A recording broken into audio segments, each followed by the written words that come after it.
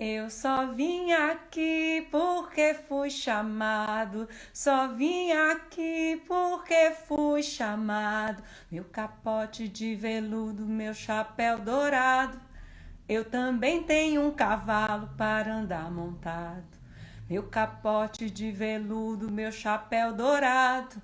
Eu também tenho um cavalo para andar montado.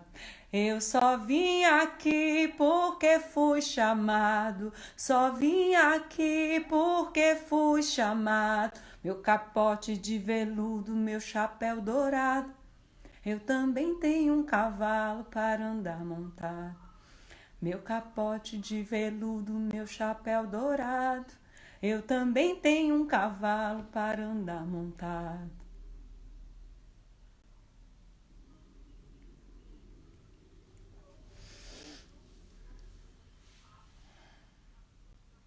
Que os nossos caminhos, né, estejam abertos nesse dia, nesse começo, né, nessa noite, de mais um diálogo aqui. Railídia te esperando na janela.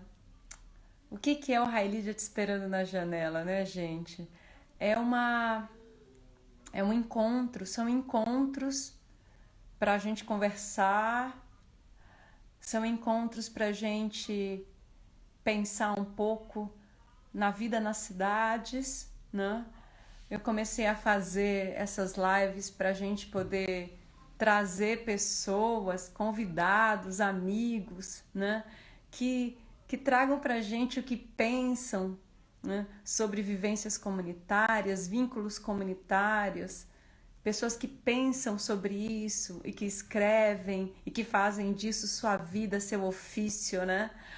E a gente tem chamado muitas pessoas, e hoje eu vou receber aqui um homem que tem sido muito marcante no pensamento brasileiro, tem inspirado muitas pessoas. E eu que sou tão apaixonada pelo paulistano mais brasileiro do mundo, Mário de Andrade, eu vou dizer uma coisa do Luiz Antônio Simas. Ele é aquele homem que tem um amor profundo pelo Brasil.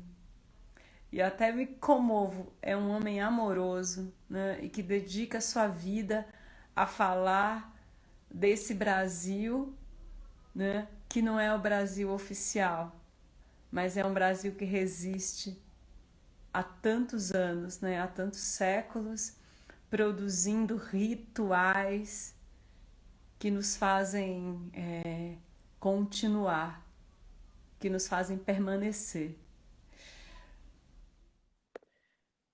Opa! Ô, Simas!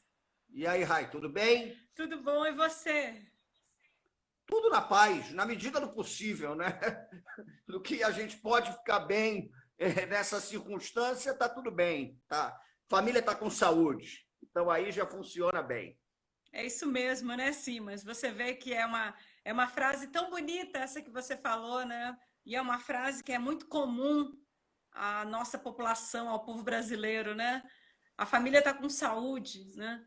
Isso acaba Sim. se tornando uma tradição, um traço nosso, né? Também. Simas, bem-vindo! Eu é que agradeço, estamos juntos. Obrigado aí, tô me sentindo bem-vindo, sim. Estou me sentindo bem Ah, poxa recebido. vida! Obrigado. Você sabe, Simas, que hoje eu estava falando com a Alessi Brandão, um Sim, pouco antes, e foi tão emocionante ver essa mulher que tem tanta história, né, no Brasil, não só na música, né, mas uma mulher que é um marco, né, com a sua presença pessoal, com o seu jeito de ser, né, com o seu corpo negro, né, com sua consciência política fortalecida, com a sua coragem, né, de tendo uma carreira consolidada se tornar uma política, né, uma política profissional. Então, foi muito emocionante para mim tê-la e ouvi-la falar de maneira tão como se fôssemos tão iguais, né? Assim, né? Falar da minha música, falar da música dela, falar da minha militância, ela falar da música dela, né? Sempre com muita generosidade, né? E aqui em São Paulo eu vivo, né? Que sou uma migrante que cheguei do Pará, vivo dias, né? Você sabe bem, como uma paraense, eu vivo dias de muita ansiedade quando chega outubro, né? Tem uma música que diz: meu filho, vês aquela claridade, é a cidade na escuridão. Um barco singra as águas e pulsa feito um coração, cheio de alegria, bálsamo benção. O Círio de Nazaré, tu verás, será menino, algo para não te esquecer, para tomar no teu caminho, feito o som de uma viola que te fez chorar baixinho. Quando vires a senhora, ficarás pequenininho. Eu sei que é Sirius, né, do Vital Lima, e eu sei que você é um admirador do Círio de Nazaré, um entusiasta dessa festa, né? E você vive essa festa dentro dessa dimensão que a Tijuca proporciona aos cariocas. Então, eu queria, Simas, que você pudesse chegar, seja bem-vindo, e também falar um pouco desse sentimento de amor pelo Brasil, que você é esse homem amoroso, louco, apaixonado pelo Brasil, né?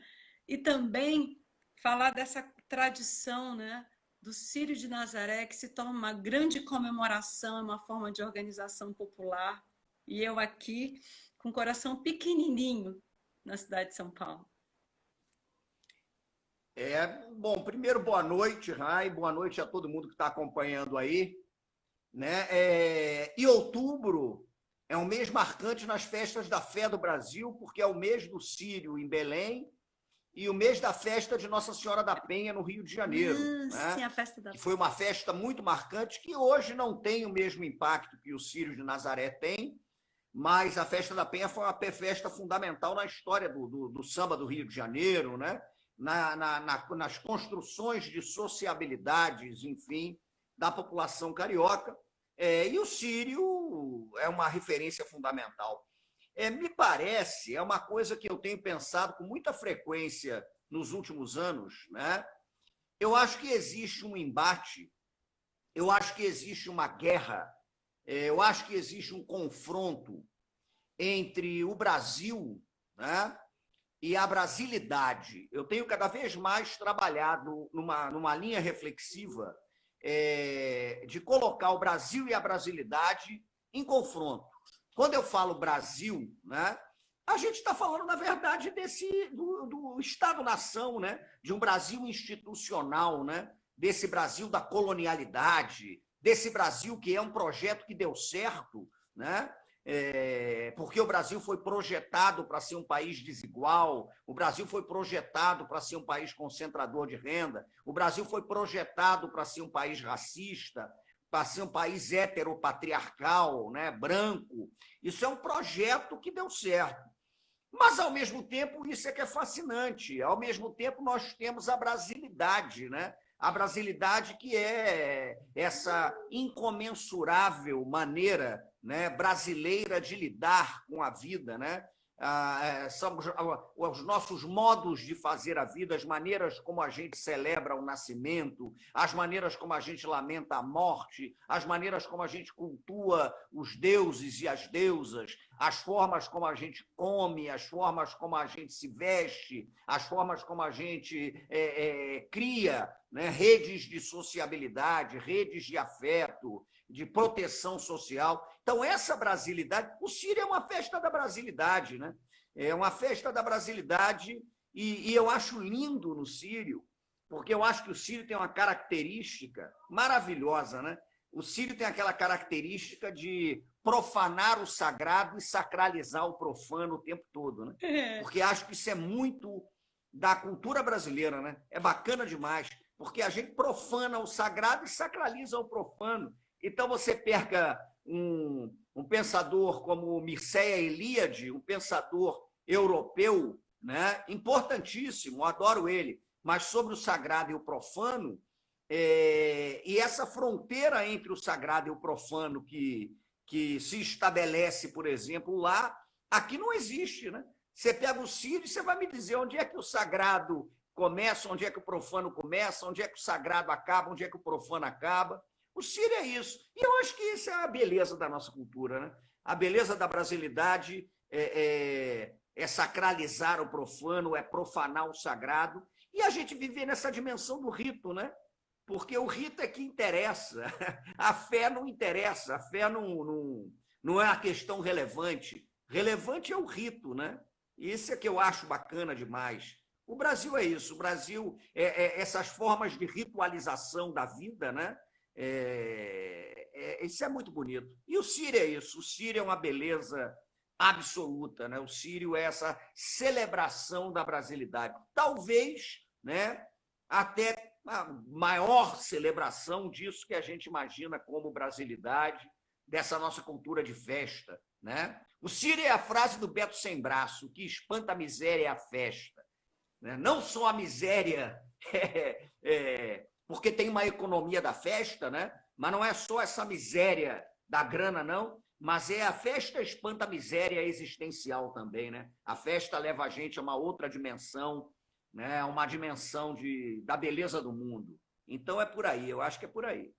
Simas, você sabe que eu fico te olhando, assim eu fiquei pensando hoje, meu Deus do céu, o que eu vou falar para o Simas e para a Alessi Brandão hoje? Porque, né, é isso, né? É tanta riqueza, né, de pessoas que se dedicaram e simplesmente não passaram assim ilesos a tudo que as atinge, a tudo que a esse Brasil, né? Elas vivenciam isso, né? Vivenciam isso e fazem disso sua própria vida, né? E aí eu te olhando agora, né? A gente quem faz a música popular canta, dança, toca ao mesmo tempo, né?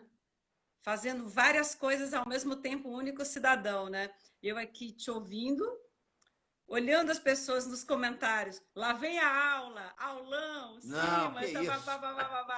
eu olhando o teu gesto, o teu jeito, você ficando vermelho, né? E você saboreando cada palavra, né? Isso é uma coisa maravilhosa, porque a gente vive hoje, mesmo nesses meios da rede social, né?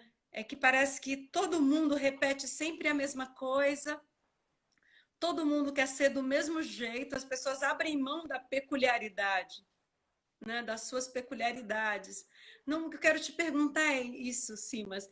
Nesse momento em que a gente fala muito da ciência, da negação da ciência, a gente criminaliza muito a cultura, quem faz a cultura, né? Como é que você vê esses mundos, essas dimensões, nesse jeito nosso de ser brasileiro, né?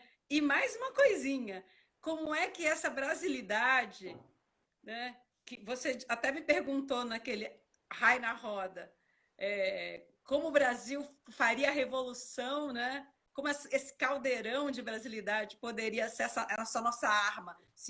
Seria possível fazer a revolução sem usar esse caldeirão como a nossa arma, né, para combater, né? Então, se existem já experiências já aconteceram que a gente possa olhar para elas e dizer, olha, sim, a brasilidade foi o alimento para essa revolução. Eu acho que essas experiências já aconteceram, né? Tem uma coisa que é muito curiosa. Eu estava até hoje escrevendo um pequeno artigo, um texto despretensioso, mas era um texto que eu estava lembrando das teses sobre a história do Walter Benjamin, né? E o Walter Benjamin, ele dizia uma coisa muito interessante, ele fazia uma metáfora poderosa do anjo da história, né? que é aquele que voa, né? Mas olhando o passado e aterrorizado com o passado, mas ele é puxado pelo furacão do progresso e não sei o que e tal. E o que o Benjamin dizia ali, né, o materialismo histórico do Benjamin, do qual me considero um discípulo, né? O materialismo histórico do Benjamin trabalhava com a ideia de que a única chance que a gente tem de pensar num futuro mais justo para os vivos é pensar num passado mais justo para os mortos. E isso é uma coisa extremamente séria, né? Porque os nossos inimigos, eles não combatem apenas os vivos, eles aniquilam os nossos mortos. Então, quando você me pergunta se nós já tivemos esses exemplos, eu acho que um mergulho na brasilidade, né, vai, por exemplo, nos levar à aventura civilizatória do samba. Vou tomar o samba como exemplo, podia tomar outra coisa como exemplo. Se a gente for parar para refletir, não era para o samba existir. Não era para ter samba. Não era para você começar cantando, por exemplo, um canto de encantaria da Casa Fantiachante. E não era por uma razão básica. No pós-abolição, com a chegada da República, o projeto de Estado no Brasil e o projeto da elite oligárquica brasileira era de aniquilar tudo isso. O projeto dessa elite, o projeto dos homens de poder no Brasil, foi um projeto de aniquilação. Aniquilação física e aniquilação simbólica. Então, você pensa o seguinte, a meu ver, esse projeto de Brasil, né, ele é genocida, porque ele mata os corpos. Ele é epistemicida, porque ele mata conhecimento. Ele é semiocida, porque ele mata a linguagem, né? Ele é culturicida, porque ele mata a cultura. Ainda assim, a gente sobrevive. E a gente está aí. E aí, quando eu penso nessas coisas, na brasilidade, na cultura brasileira, eu, por exemplo, sou um sujeito que não gosto, na minha reflexão, da palavra resistência, porque eu acho que a brasilidade não resiste. A brasilidade inventa. Quando você fala de resistência, a priori você está se considerando numa posição reativa ao outro, né? Então, o outro pauta a tua conduta, porque ele vem para cima de você e você resiste. É o jogo de capoeira do cara que só te dá pancada e a você resta esquiva. Mas a brasilidade, para mim, não é uma cultura de resistência. Ela é uma cultura de invenção. Porque o que a gente fez para chegar até aqui não foi resistir. Resistir é muito pouco. Foi inventar. Foi recriar. Foi construir incessantemente cultura. Né? E isso é uma coisa que eu acho fascinante. Porque inclui a resistência, mas não se limita a ela, né? Então, quando a gente pensa nos saberes que foram sendo engendrados no Brasil, e eu sou um sujeito que acredito que não se faz política sem poética e não se faz poética sem política, né? Eu acho que uma rendeira que exerce a sua sabedoria com a paciência de quem tece uma renda de bilro, ela está ali exercendo um trabalho que é poético, mas é político. E ele já é político porque ele desafia a aceleração do tempo, que consome a gente, que esmaga a gente, que joga a gente dentro de máquinas, né, de triturar o ser incessantemente.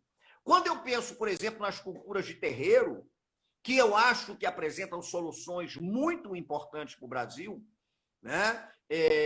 Eu sou um sujeito que tive a maravilhosa chance de nascer dentro de um terreiro, né? Então, o terreiro me ensinou muita coisa. E quando eu falo cultura de terreiro, Rai, que é um exemplo do que a gente é capaz de criar, eu não estou me referindo ao terreiro apenas como um espaço de exercício religioso.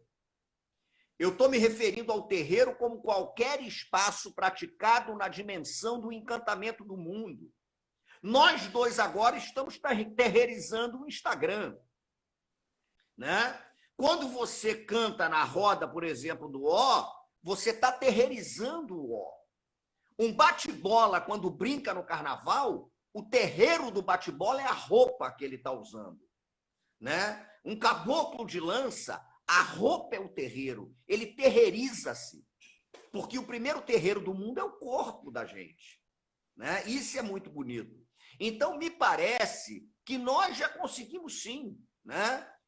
O Brasil, a brasilidade construiu muita coisa forte, a brasilidade construiu muita coisa intensa, e é por isso que ela é odiada pelo Brasil institucional. E é por isso que eu não acredito que a Revolução Brasileira, que eu acho necessária, né? Eu não sou um reformista, então eu não acredito em caminhos de moderação, né? Eu acredito num projeto de transformação radical profunda, que eu posso não ver, né? Mas eu tenho que ter a dimensão do tempo, e a dimensão do tempo indica que eu estou fazendo coisas hoje para o meu tataraneto, né? Então, quando a gente pensa nessa perspectiva, eu acho que não se faz a Revolução Brasileira sem a brasilidade. Pelo contrário, e eu acho que a brasilidade, né, esse campo poderoso da cultura, esse campo de invenções constantes de solução de vida, ela é um impulso dinamizador fundamental, não um único, evidente, mas um impulso dinamizador fundamental para que a Revolução Brasileira venha, para que a transformação venha. Porque nós conseguimos. O samba está aí, né? Perseguido, mas está aí. O Círio de Nazaré está aí. As macumbas estão aí, né? As congadas, os moçambiques, os maracatus, os jongos, os sambas de bumbo, os sambas de coco, o samba do Jurema, né? As cavalhadas, tudo isso continua acontecendo. E quando falo dessas formas de sociabilidade, eu não me refiro só às formas de sociabilidade que estão inscritas no tempo, né? No Brasil passado ou numa tradição do Brasil rural. Né? Eu penso, por exemplo, a brasilidade urbana e contemporânea. Aqui no Rio de Janeiro, para te dar um exemplo muito simples, o viaduto de Madureira, né? Ele é um território funcional.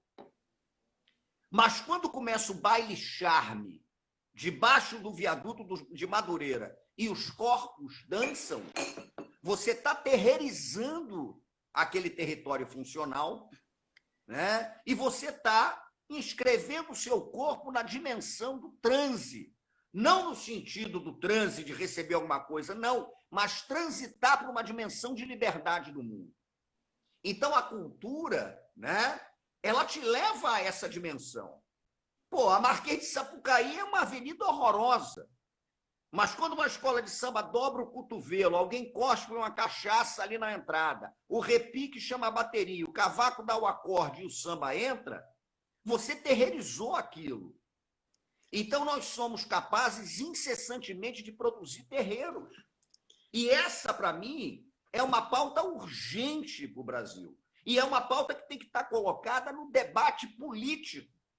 Porque o debate político que desconsidera a poética do ser, ele é um debate político vazio.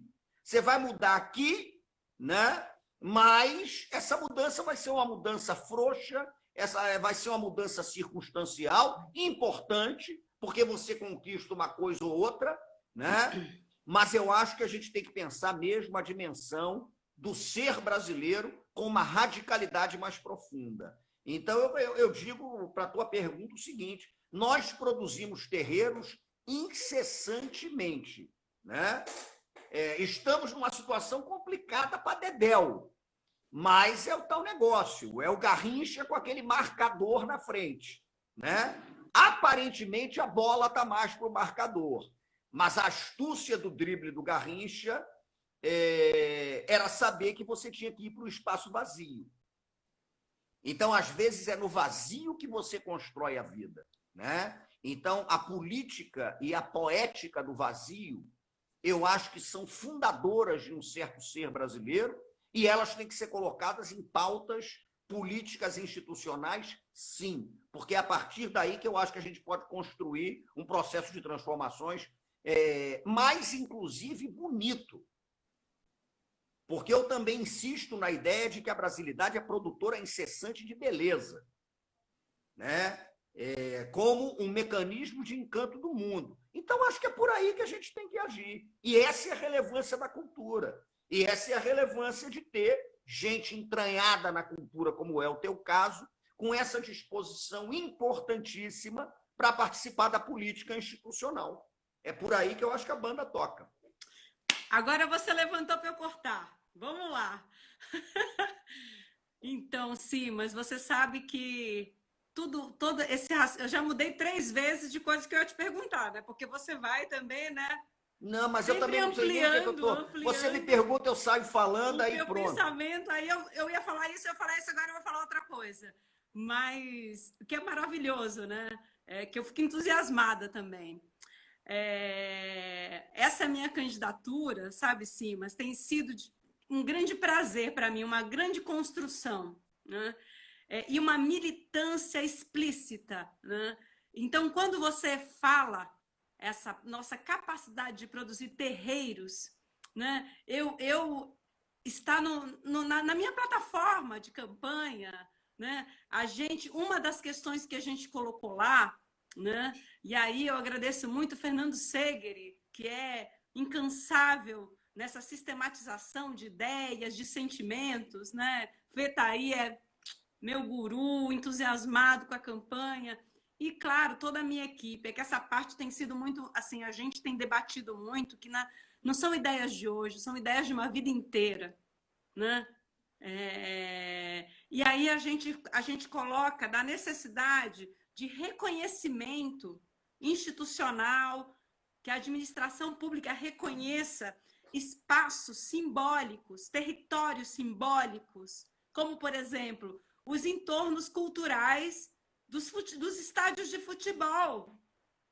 Eu sei que é um tema caro para você, né? Ontem eu conversei ontem, com um grupo de amigos que tinham uma iniciativa que se encerrou em 2018, que era o Dissidente.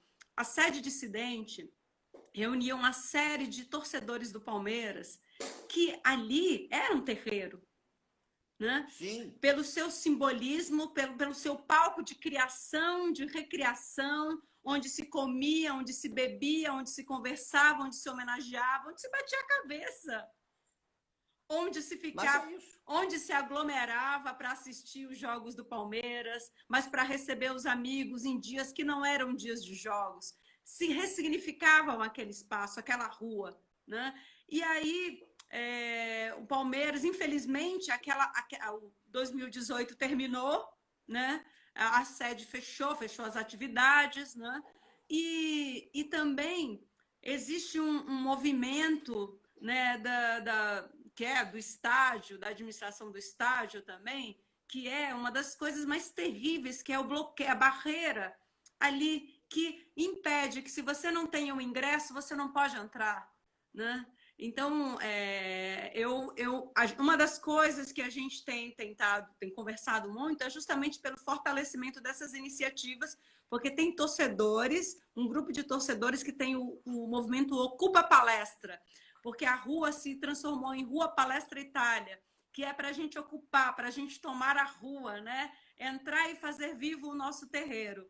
E nesse programa fala disso, né? A gente vai exatamente fazer com que mobilizar a administração pública, a gestão pública, para que olhe, né? Mas que, na verdade, para que atenda, crie instrumentos para que esses espaços simbólicos de convivência e de vínculos comunitários sejam preservados, sejam fortalecidos, né?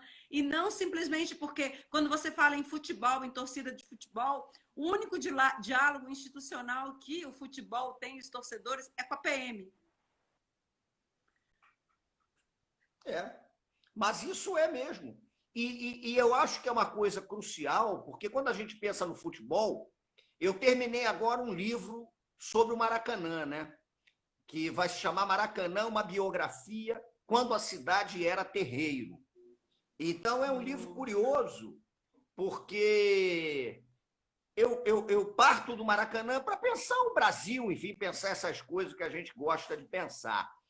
Mas o que me parece crucial, Rai, é que não foi a pandemia, né? A rua como ponto de encontro, ela vem sob ataque há muito tempo. Porque se a gente para observar a rua, né, a gente vai observar uma coisa que é muito curiosa. Você tem, evidentemente, hoje, pelo menos duas percepções sobre a rua e a cidade. Há quem veja a rua a partir da lógica da circulação de mercadorias e a partir da lógica da circulação de corpos, de sobras viventes, porque eu acho que a gente já tem que começar a pensar no Brasil numa categoria que vai além, né, do sobrevivente, porque a gente tem os sobreviventes e a gente tem as sobras viventes, né? Eu acho que eu estou começando a querer falar de sobra vivente aí. Então, o que tem?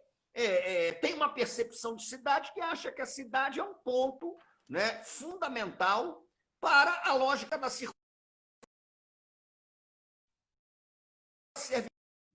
né? Mas a cidade que a gente quer, ela trabalha numa outra perspectiva, porque a gente não vê a rua a partir da perspectiva da circulação de mercadoria, né? Inclusive carro. Quando eu falo mercadoria, eu coloco carro como mercadoria e eu coloco gente que é pensada como mercadoria.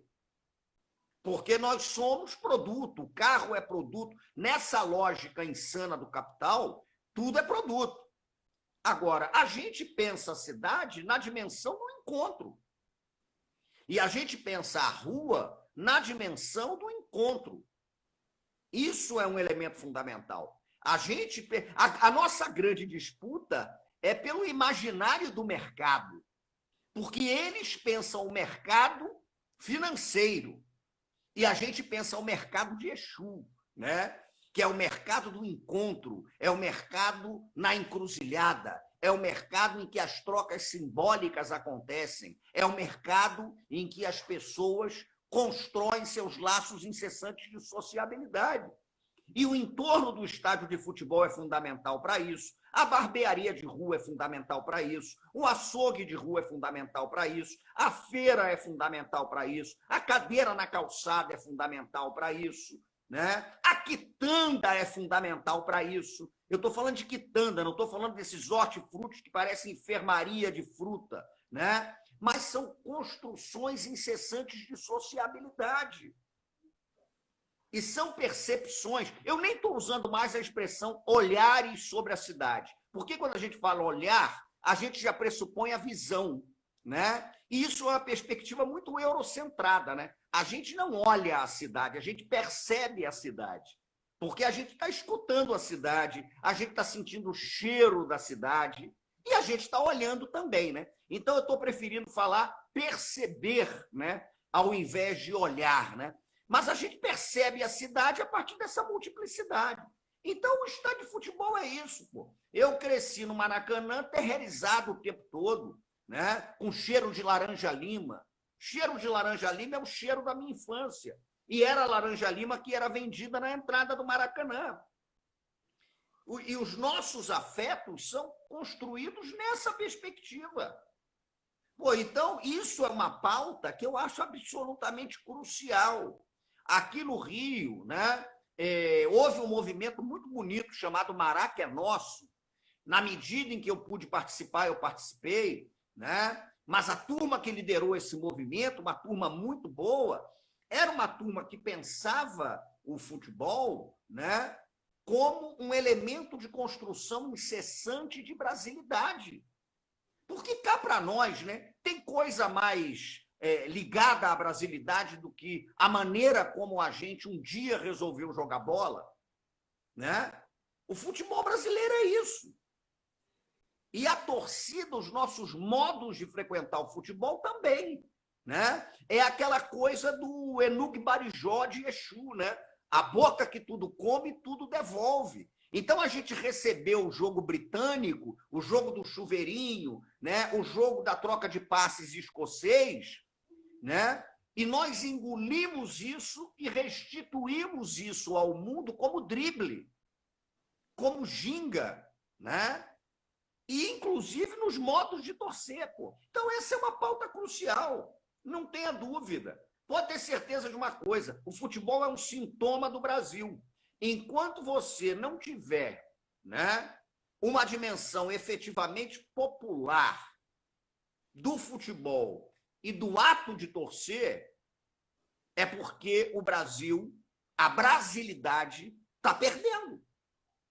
Está perdendo, né? Então, ter essa dimensão toda, ter essa perspectiva toda, né? Esse arco de reflexões que a gente faz, isso aí é fundamental, gente. Isso aí é crucial. A nossa solução é essa mesmo. E você na campanha, e tem que ser o Enug Barijó mesmo. Por isso é que no Benin você representa Exu fumando cachimbo e tocando flauta.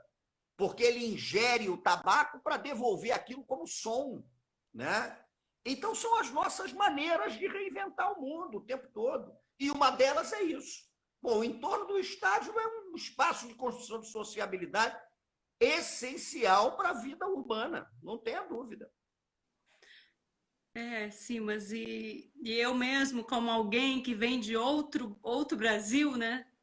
O Brasil das florestas, né? De onde também vem essa recriação, onde tem os seus terreiros e faz esse caldo cultural do nosso país, né? Que é o nosso alimento, de quem adora esse país, que vivo há 23 anos na cidade de São Paulo. Essa nova forma de militar que aprimora toda a militância política que eu tenho, o ativismo cultural, né? Que é também uma forma de eu recriar, eu transformar e eu esperançar minha própria condição pessoal. Porque quando que eu ia imaginar que eu poderia teria capacidade de ser candidata a vereadora, né? Mas o meu amor por essa cidade, né? Porque essa cidade, na verdade, ela concentra as piores contradições do Brasil. E é o meu amor pelo Brasil também, né? Então, como é que você vê desse ponto? É como se eu estivesse também devolvendo, sabe? Aquela boca que, né, recebe, ela devolve o acolhimento, a opressão também, né? A felicidade, a violência, né? Também. Quando eu me coloco a minha trajetória a serviço, né, de um debate público, voltando esse debate exatamente para dizer, escuta, existe um Brasil das frestas, né, que precisa, que quer falar e quer ser olhado por esse Brasil Estado-nação, que é o Brasil oficial. Nós estamos aqui recriando, né? Nós existimos, nós permanecemos. E é essa a voz que eu quero dizer na Câmara Municipal, sabe? É essa voz que eu quero fazer reverberar através da pessoa jurídica que é esse estado, que é esse município, né? E essa voz que eu quero fazer que as leis elas estejam a serviço dessa voz, né? Como é que você falou agora de Exu, né, do mensageiro, né? Como a gente pode fazer essa comparação, essa semelhança, esse paralelo, assim, né? Dessa cidade que a gente quer e o que é Exu, o que simboliza Exu? São tantos mundos no mundo, Simas. Exu, na verdade, é um sistema mundo, né? Eu costumo dizer que Exu é um sistema mundo. Na verdade, eu não digo que Exu é mais do que um orixá, porque não é impossível ser mais do que um orixá, e também porque o orixá é indefinível, né? Não se define o orixá. Mas Exu é um sistema de mundo que opera em dimensões que fundamentalmente permitem, né, que a gente pense o real a partir da possibilidade incessante da transformação e do encontro. Então, essa questão é que eu acho que é muito curiosa, porque se você pega, por exemplo, alguns oriquis de Exu, né, esses oriquis trabalham com a ideia da subversão do que aparentemente é impossível. Exu mora na encruzilhada em que todos os paradoxos se encontram, né? E o que era paradoxal vira uma harmonia. Eu fiz agora, por exemplo, uma canção com Moisés Marques, que a Fabiana Cosa gravou. Aí, num dos versos da canção, eu falo assim: Exu é aquele que prende água na peneira, guarda o mundo na quartinha, galopa no galo de rinha, avoa em cobra rasteira. Né? Prende água na peneira. A rigor é o impossível. Guarda o mundo numa quartinha, galopa no galo de rinha e voa na cobra rasteira. Né? Então, Exu, na verdade, é um campo de possibilidades incessantes de inventar mundo. Exu é esse dínamo, né? É esse dínamo que permite a constante invenção, o constante movimento, o enfrentamento dos paradoxos. Exu é aquele que muitas vezes, né, destrói para que tudo seja reconstruído em outras bases e em bases muito mais interessantes. Né? Exu funda, esse é o papel crucial de Exu. Isso Orunmila diz, né? Exu funda a possibilidade do movimento. Ele é mais do que um movimento porque ele antecede a ele.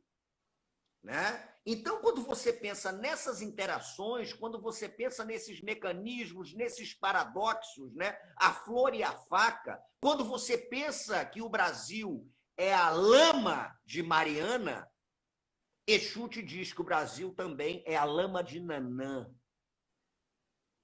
Porque a lama de Nanã é a lama de mãe. Né? Então, me parece que colocar Exu a serviço de um pensamento radical e de uma ação de radicalidade fundamentalmente transformadora é absolutamente crucial. E, além disso, o Exu, um dos títulos de Exu é Elegbara. Né? Elegbara é o senhor do poder mágico, é o senhor do corpo encantado, né? Que é o título de um livro meu. O título do livro é Exu, mas a maioria não percebeu, até porque era para ser uma pegadinha mesmo. O corpo encantado das ruas é Exu. Tanto que a gente fez a brincadeira de botar na capa um saquinho de Corme da Damião, mas o símbolo que está ali é um ponto riscado de seus 7 encruzilhadas da lira. Né? Mas eu acho que é isso. E Exu é o sistema mundo, e a cidade é Exu. Né? A cidade é Exu. O enfrentamento que a gente tem na cidade é um enfrentamento realmente para que essa potência exusíaca do movimento incessante ela prevaleça. Essa é a questão crucial. É por isso que a gente luta, é por isso que a gente combate. Que aula, Simas, que aula! Nada, você pergunta, eu vou pensando aqui nas coisas. Porque... Ó, vou pedir um negócio pro Benjamin. Benjamin, vem aqui.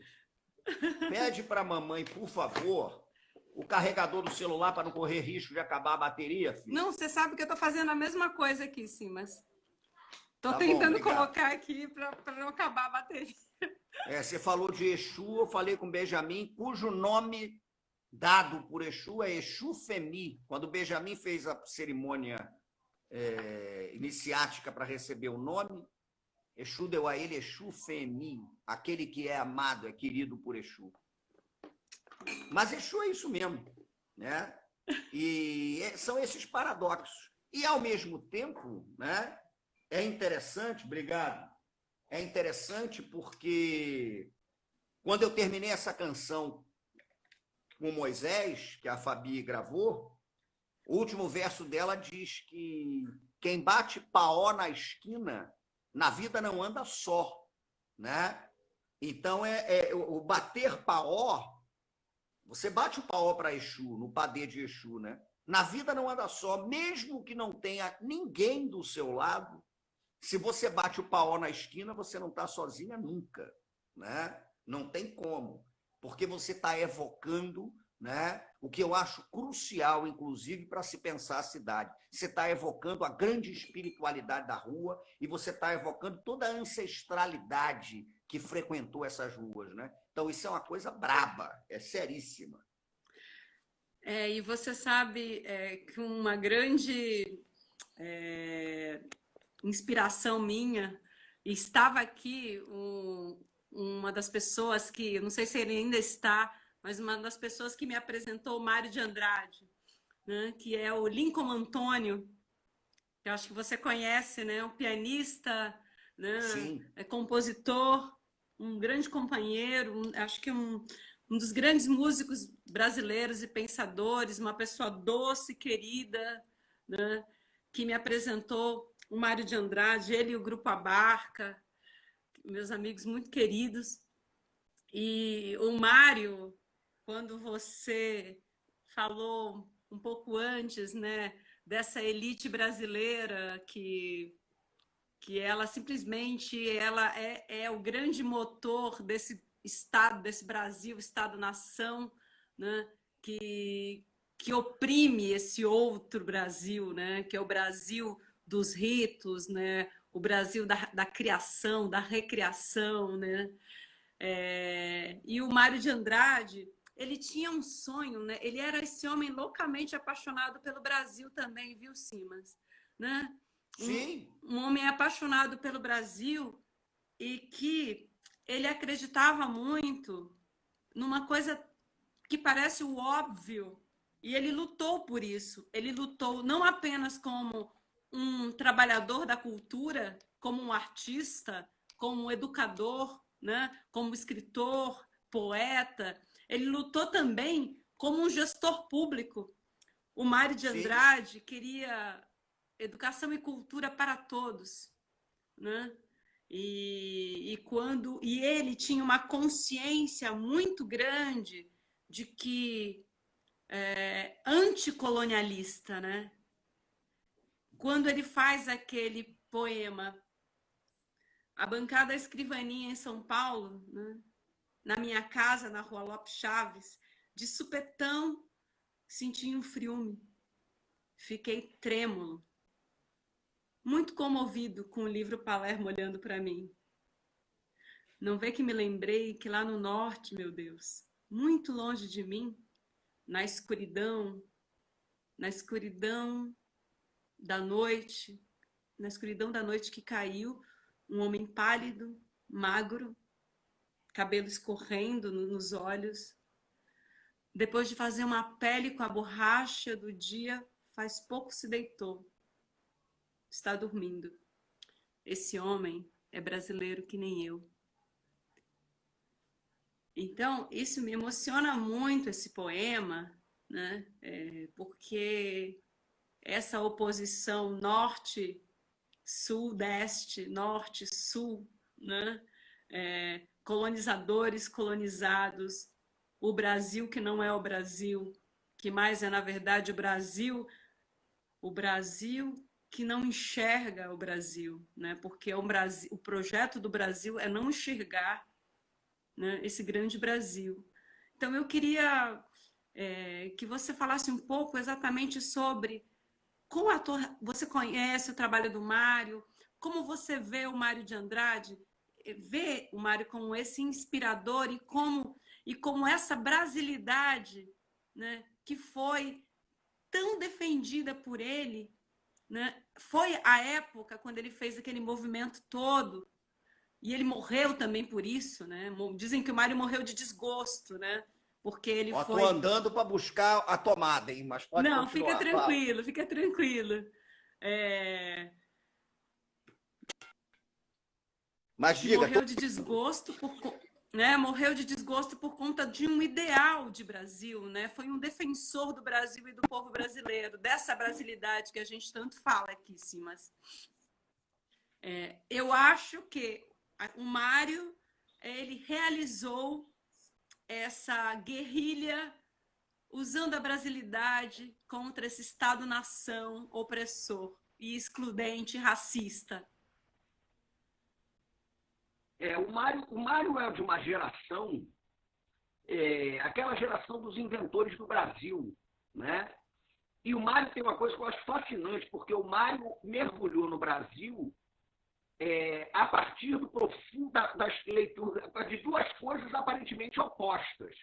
Primeiro, um amor profundíssimo pela brasilidade, né? Esse amor profundo pela brasilidade, pelas sonoridades da brasilidade. Você pega, por exemplo, a missão Mário de Andrade, a missão, né, folclórica, De pesquisas aquela coisa de você folclóricas. fazer a gravação da nau catarineta, você chegar ali em João Pessoa e você registrar, né, os ritos de catimbó, os ritos a malunguinho, e os caboclos de lança, aquela coisa toda.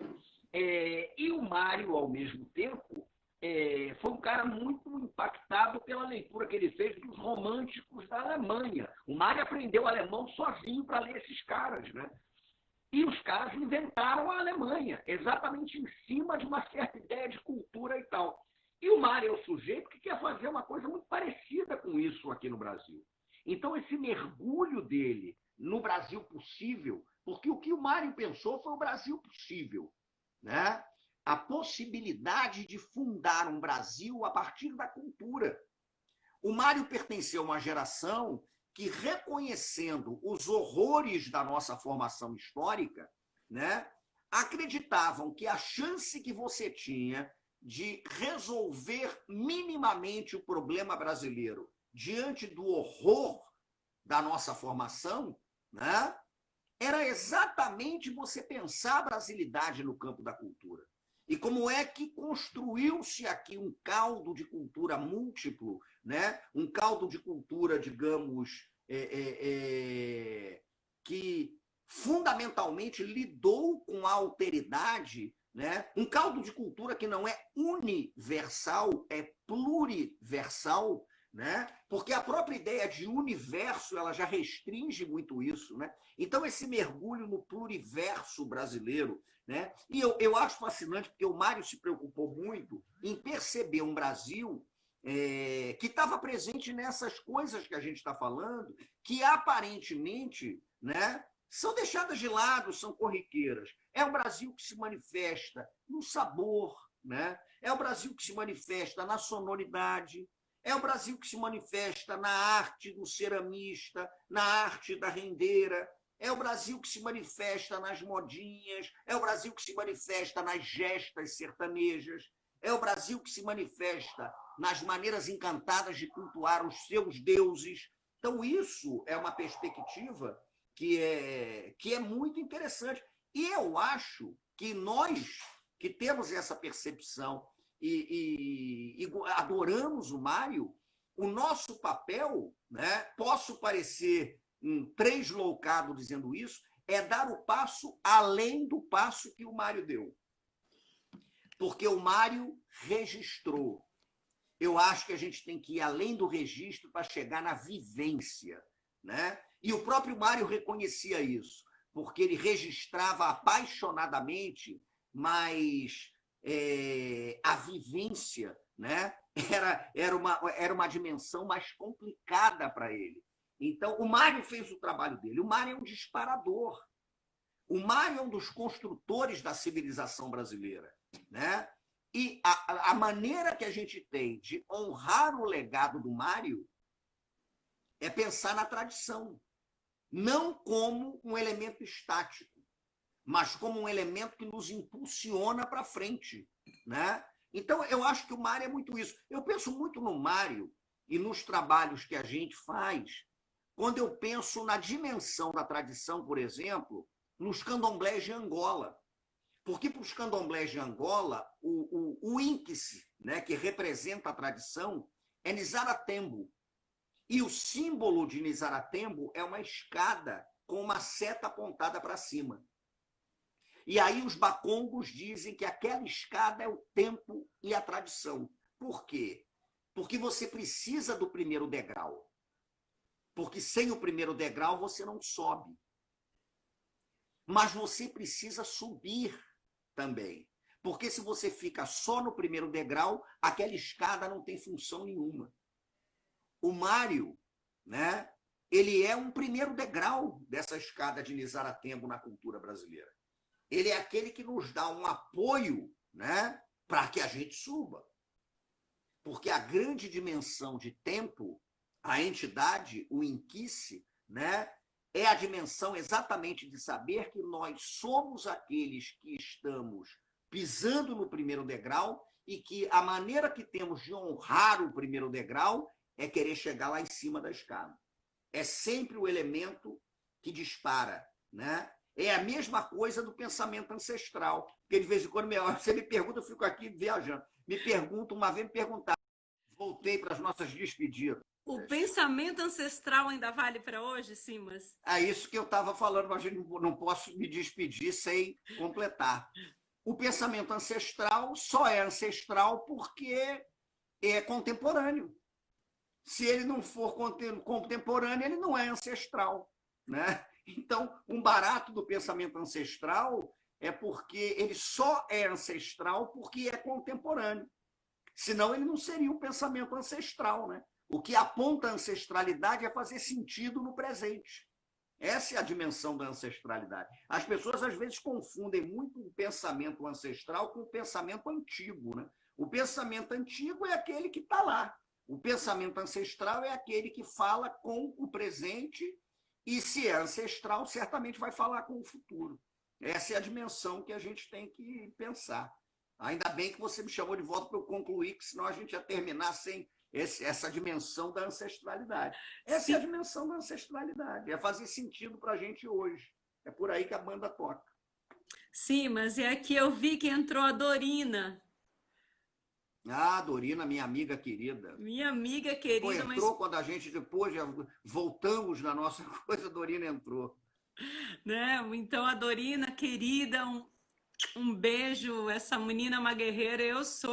Inclusive, eu sou cantora também inspirada pela Dorina, né? A Dorina é uma mulher que eu gosto muito do trabalho dela, eu acho que ela tem um trabalho de excelência, uma coragem na condução de sua carreira artística, né? Então, Simas, mas eu queria ainda assim te pedir assim, para fazer suas considerações finais e mandar uma grande mensagem para o povo do Pará, que está assistindo, que está se preparando, né? Que vem se preparando, vem no guarnecer aí, né? Como a gente diz nas festas do boi, né? Se preparando para botar a sua festa. Dessa vez não vai ter a festa na rua, né? Não vai ser a rua, não vai ser o nosso encontro nesse ano, por conta da pandemia. Isso está provocando uma grande tristeza nas famílias paraenses, nas pessoas, que o povo gosta de uma rua no Pará muito. Aí queria que você pudesse deixar uma mensagem e também aqui para todos nós, aqui para São Paulo, todos nós que estamos também construindo e, na verdade, alimentando uma ancestralidade que quer se comunicar, né, com todo mundo. Na verdade, ninguém quer ficar no gueto. A gente quer simplesmente ter a possibilidade de nos realizarmos plenamente, né? Nos nossos desejos, nos nossos sonhos, de realizar a nossa felicidade, a nossa sociabilidade, né? Sem que sejamos assassinados, sem que sejamos jogados nas prisões, né? Então, queria que você pudesse deixar essas duas mensagens aqui. Bom, primeiro, vou te agradecer pelo papo, porque foi um papo que eu acho bacana, né? E eu gosto de papo assim, que a gente não combina nada. Eu entrei sem saber o que você ia me perguntar e a gente vai falando, porque eu acho que são os melhores papos. É curioso isso, porque eu sou um sujeito, as pessoas me perguntam muito o que eu acho que vai acontecer depois que passar tudo isso, e eu dou a única resposta que eu considero digna e sincera. Eu não faço a mais vaga ideia do que vai acontecer, né? Até porque a minha formação é a formação em história, né? Então, os historiadores profetizam o passado, o que já aconteceu, e ainda assim a gente erra. Mas o que me parece que a gente tem que fazer E aí, pensando no Círio de Nazaré, né? Pensando nessa dimensão toda que a gente está vivendo, eu acho que a gente tem que pensar mesmo que isso é uma guerra. A gente vive uma guerra. Essa guerra é uma guerra permanente. Essa guerra é uma guerra que não vai terminar. É um jogo, né? Até porque o Nina Rodrigues, que era um racista e tal, ele falava uma coisa genial, só que ele detestava isso que ele falou. Ele detestava. Eu adoro. Ele dizia que os colonizados acabaram vencendo porque conseguiram transformar a dominação em jogo, né? A dominação em jogo. O Nina Rodrigues não gostava disso, mas é isso, né? É a lógica do jogo, é a lógica da capoeira, é a lógica da ginga. E mais, quando eu vejo você dentro da política institucional, eu penso sempre numa lição de seu Zé Pilintra, porque tem muita gente que fala assim, mas a gente não tem que entrar para a política institucional e tal. Mas eu andei com umas ideias aí, que eu estou desenvolvendo para um livro, e eu estou criando uns conceitos que eu estou chamando de complexo das pilintrações, né? Das pilintrações. São modos de agir das sabedorias pilintras.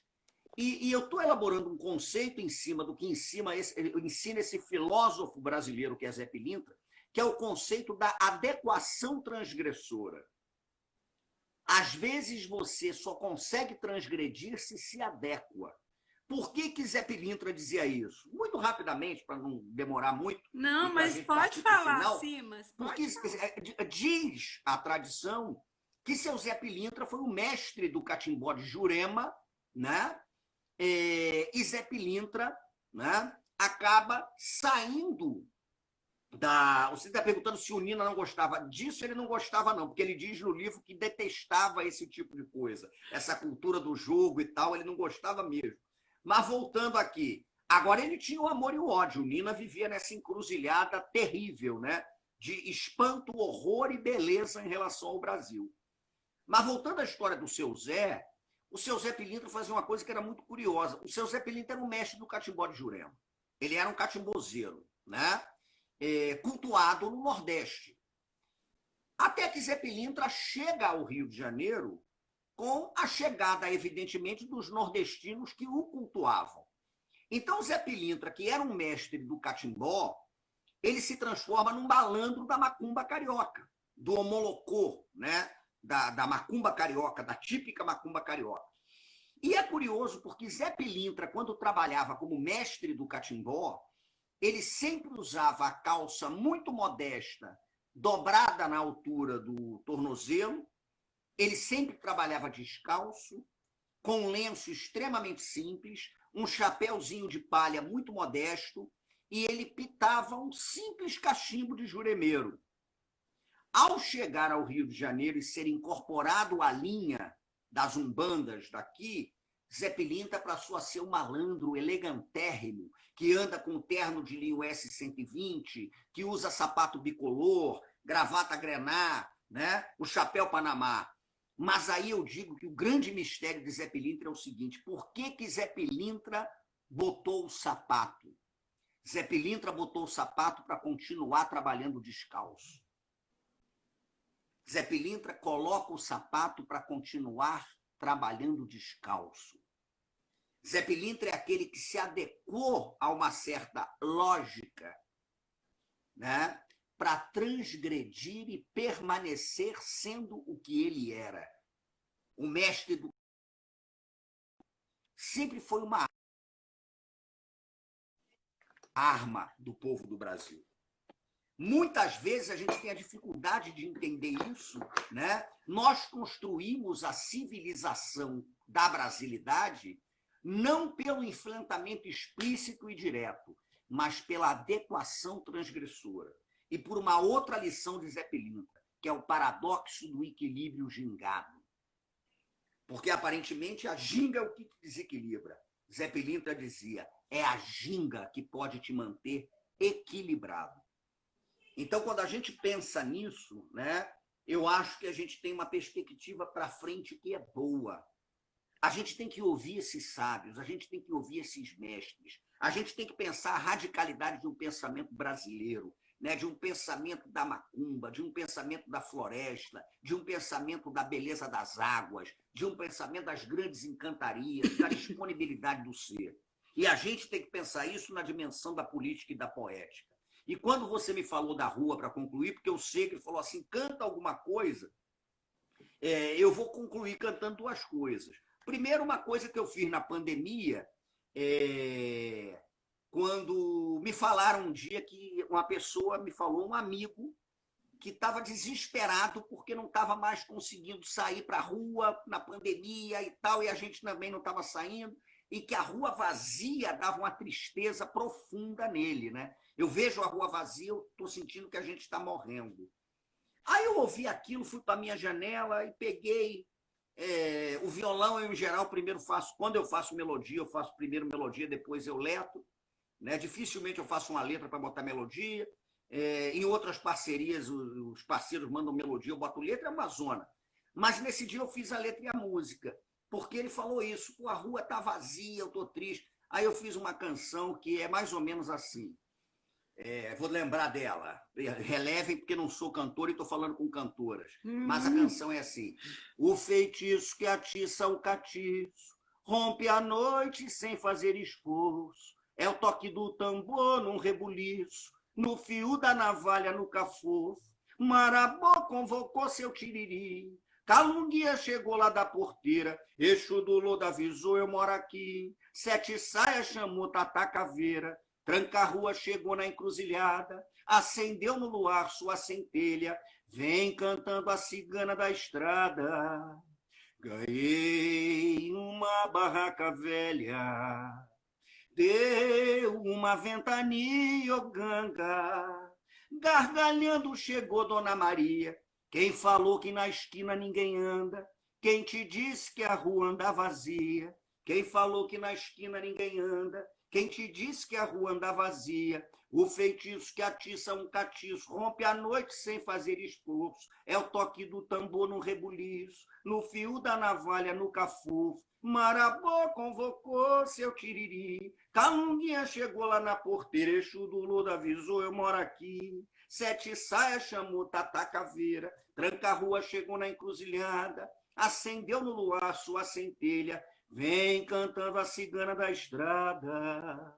Ganhei uma barraca velha, deu uma ventania, ô ganga.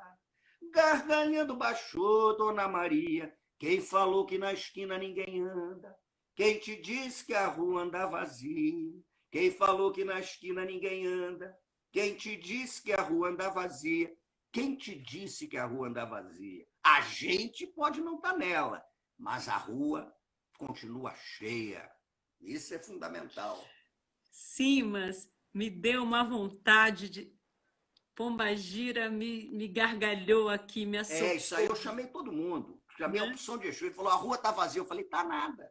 Aí vai chegando todo mundo, vai chegando tudo quanto é Exu, catiço. Seu Tranca-rua faz o ritual da fundanga da Pemba, né? Acendendo no ar sua centelha. A cigana da estrada vem cantando aquele ponto lindo dela, né? Ganhei uma barraca velha, foi a cigana que me deu. Aí por aí vai.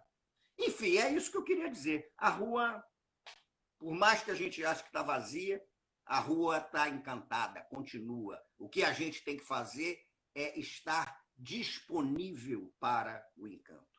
A disponibilidade para o encantamento é isso, né? A disponibilidade para o encantamento é a disponibilidade para ouvir a cigana da estrada cantando que ganhou uma barraca velha. Eu acho que isso é que pode nos salvar, inclusive como essa categoria intangível, difícil de definir, povo. Eu acho que por aí é que a banda vai tocar. Sim, mas você sabe que a gente tem um lutador do povo brasileiro, que eu tenho um grande orgulho de fazer parte do mesmo partido dele, que é o Jamil Murad.